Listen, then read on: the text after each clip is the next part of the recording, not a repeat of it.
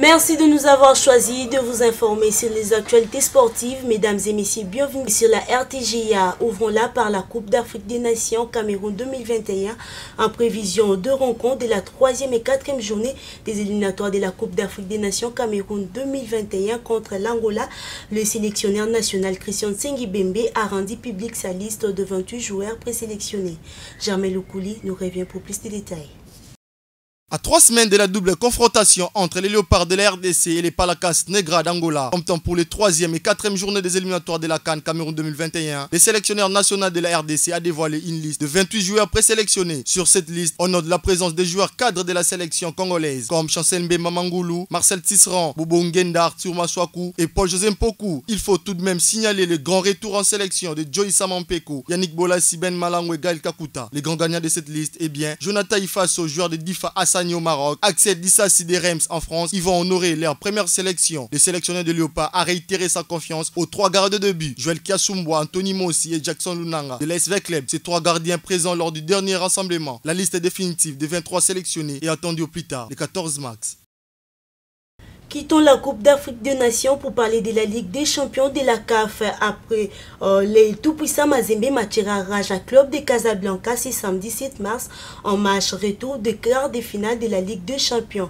Après la défaite de 2-0 à Casablanca, le tout-puissant Mazembe doit impérativement gagner au moins 3 buts d'écart pour être qualifié et passer l'étape.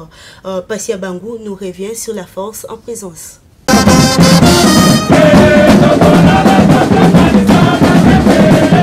Après les 2-0 à Casablanca, le tout-puissant Mazembe va recevoir le Raja Club le samedi 7 mars 2020 au stade de la commune de Kamalondo. Statistiquement, en 15 confrontations, les Rajaouis comptent 3 victoires, 2 pour le Corbeau de Mazembe et que l'équipe du Maroc n'a jamais battu Mazembe à Kamalondo. Un match très difficile, mais pour le président de Corbeau, Moïse Katumbi, nous avons perdu la bataille et non la guerre.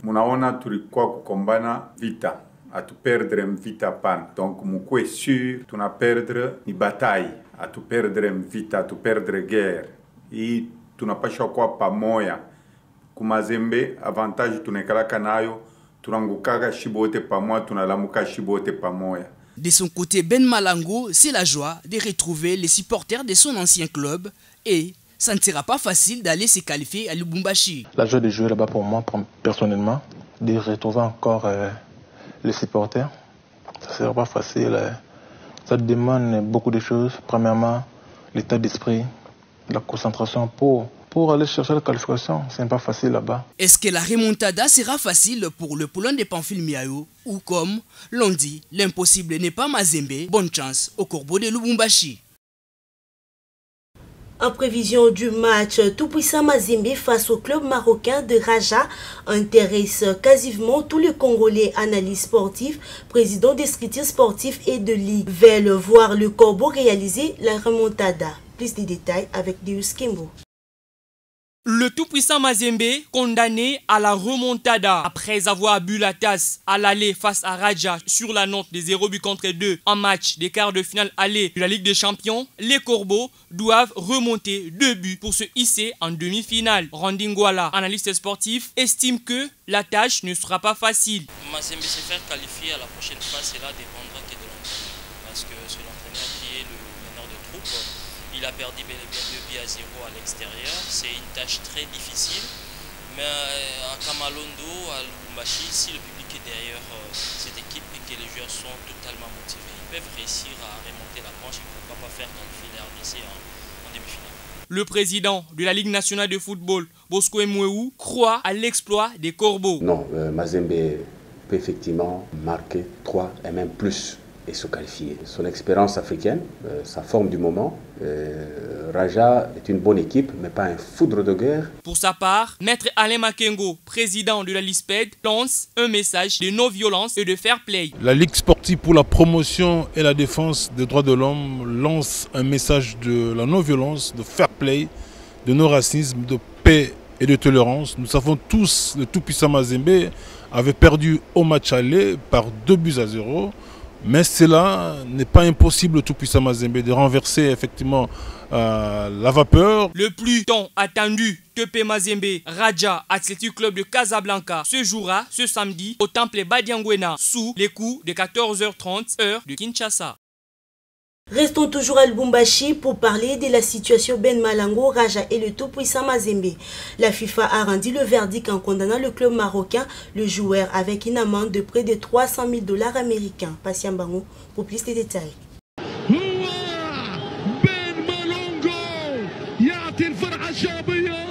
C'est le jeudi 5 mars que la FIFA a rendu son verdict dans les litiges opposant le tout-puissant Mazembe à son ancien joueur Ben Malango, désormais sociétaire de Raja Casablanca. L'attaquant s'en est plutôt bien tiré en étant condamné à verser près de 300 000 $ à titre compensatoire que paiera le Raja tout en évitant la sanction. De son côté, l'agent du Congolais Faustino Makandila crie de l'injustice. Ce dernier affirme que son poulain était bel et bien libre au moment de s'engager avec le Raja et il accuse le tout-puissant Mazembe d'avoir transmis un contrat falsifié à la FIFA. Ben s'est dit très fier de jouer pour le Raja. Pour moi, je peux dire que j'ai fait un très bon choix. Très bon, parce que c'est moi-même qui avais choisi le Raja. Le souhait de tout le monde, c'est de jouer en Europe. Mais pour moi, j'avais préféré de passer par Raja. En attendant, c'est savoir si les Raja saisit les tasses assure ces déclarations soit le meilleur moyen de calmer le jeu, alors que les Rajaoui et Ben Malango sont attendus ce samedi sur le terrain du puissant Mazembe à l'occasion des quarts de finale retour de la Ligue des Champions. Ligue nationale de football division 1, l'on a joué hier dans de différents stades du pays. Au stade de Martyrs à Kinshasa, le FC Renaissance du Congo a renversé le Saint-Eloi Lupopo sur la marque de 2-1. Plus de détails dans cet élément de Germain Lokouli.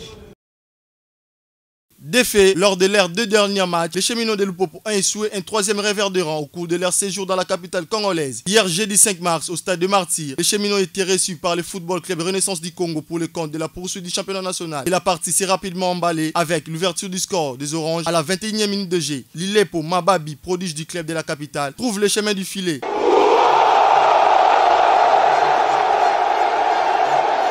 Après ce but, les cheminots se remettent, comme toujours depuis un temps, au talent de l'arbitre Namozizi pour revenir au score à la 27e minute de jeu. La mi-temps intervient sur le score d'un but partout. Au retour des vestiaires, les Rennais vont pousser jusqu'à trouver la faille sur un contre-attaque. L'homme en forme du club Lilepo va s'illustrer et signer un doublé et permet à son club de souffrir le football club Lupopo. Avec ses 3 points précieux, les Rennais totalisent 36 points et se rapprochent davantage du podium alors que les cheminots sont installés dans le ventre mou du classement avec 24 points. Là au tennis, avant de boucler cette édition, la numéro 1 des tennis féminin congolais et l'ambassadrice Nassi Onia lance son cri d'alarme à l'endroit du gouvernement congolais afin d'obtenir l'assistance sur sa participation au tournoi de la spécialité qui se déroulera en Égypte. En pleine préparation de ces séances, Nassi Onia a fait part de ses différentes difficultés financières à la presse congolaise. Suivez. Oui, là je suis en train de m'entraîner pour la préparation du tournoi Poto-Poto, en dehors du tournoi Poto-Poto qui sera organisé à Kinshasa. Et je me prépare aussi pour l'Égypte, les 3 étapes de futur WTA. Jusque là, vous savez, Nancy évolue toute seule. Nancy est en train de faire la fierté de la RDC toute seule, sans sponsor. Sauf qu'il y a que des gens qui me soutiennent et je voulais demander au gouvernement de me soutenir parce que je suis classée mondialement. Vu à mon classement, je dois normalement voyager avec un coach, avec un médecin. Et il y a des moments où je suis en train de partir toute seule. Et vous voyez ce que ça fait un handicap sur le système des jeux. Et je voulais demander que les gens me soutiennent un peu parce que c'est la RDC qui va jouer, ce n'est pas Nancy Onia. Ça n'est fini, mesdames et messieurs, merci de nous avoir suivis et bonne suite de programme, c'est la RTGA.